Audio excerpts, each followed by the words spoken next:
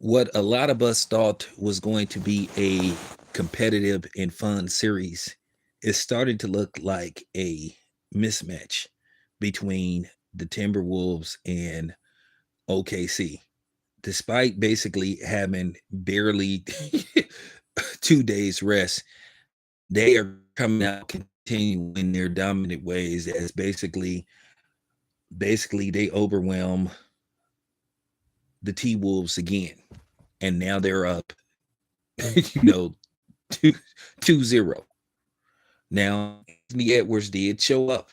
He had 32 points, but McDaniels had 22, but they got nothing from Rand. They got nothing from Gobert.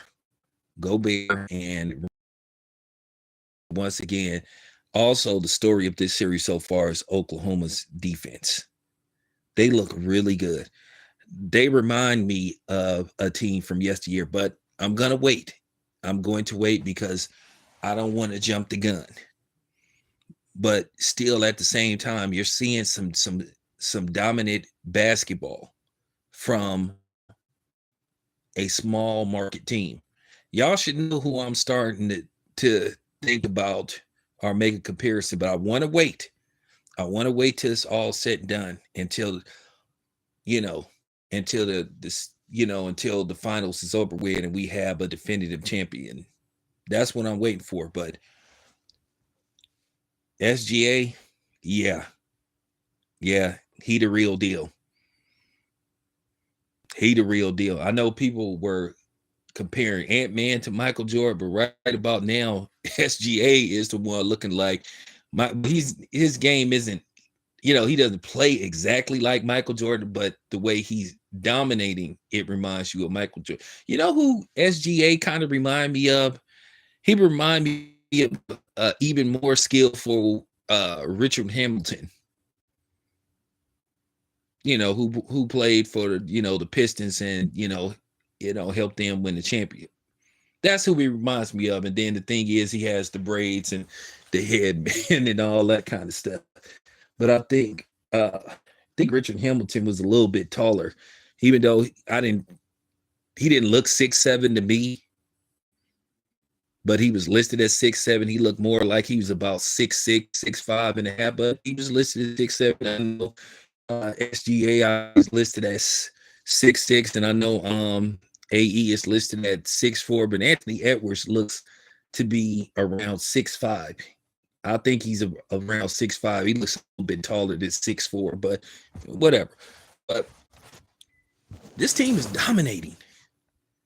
They they look really good. They have played some really impressive fundamental basketball. Isn't this what we've been asking? Isn't it what we've been calling for? And the thing is, they're not trying to be friends. You don't see SGA trying to be buddy buddy. He's a competitor. He out and go on vacations together with their wives and all this shit. Nah, man, SGA, he trying to complete the task. And he's learned from last year. It's almost like it's a foregone conclusion that that at the very least that they will be going to the finals. But it's still more basketball to be played.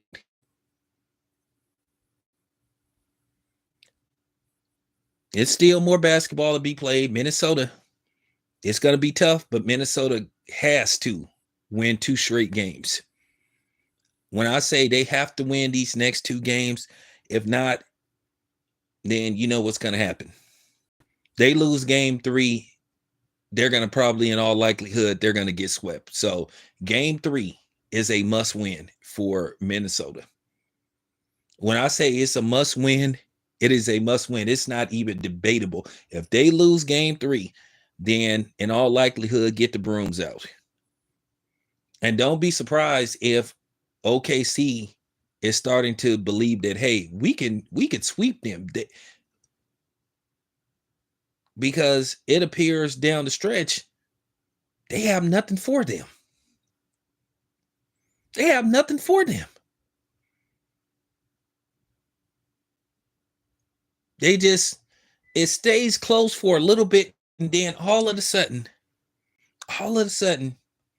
OKC just pulls the rug from under them, and then they just put the clamps on them, and then they just look helpless. They just look like a deer at a headlight. But this is what people been saying about AE. Now I'm not gonna strictly put this on AE, but he did show up today. The problem was the starting lineup really didn't show up.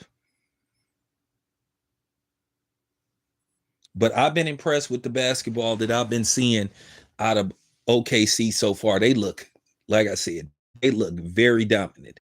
They look like a team that's ready to win, that's equipped to win. They could score and they can play defense. I'm not gonna do the flop stuff. They're just right now, they're just proven to be the better team. And that's just no ifs, ands, or buts about it. It's just you just can't use that as an excuse. They're just doing their thing. But nevertheless, they should look at this now as a countdown instead of, basically like wondering if. They should be at a point to where they're like, all right, 6 more games to go.